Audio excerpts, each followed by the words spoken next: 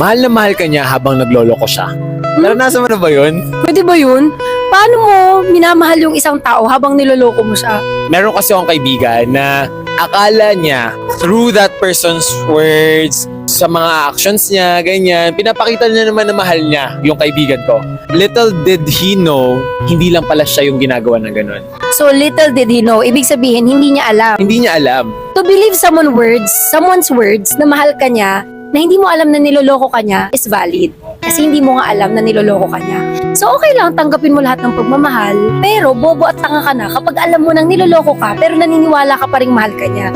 Kasi, come to think of it, how will you know or how will that prove na mahal ka nga niya kung alam mong niloloko ka niya?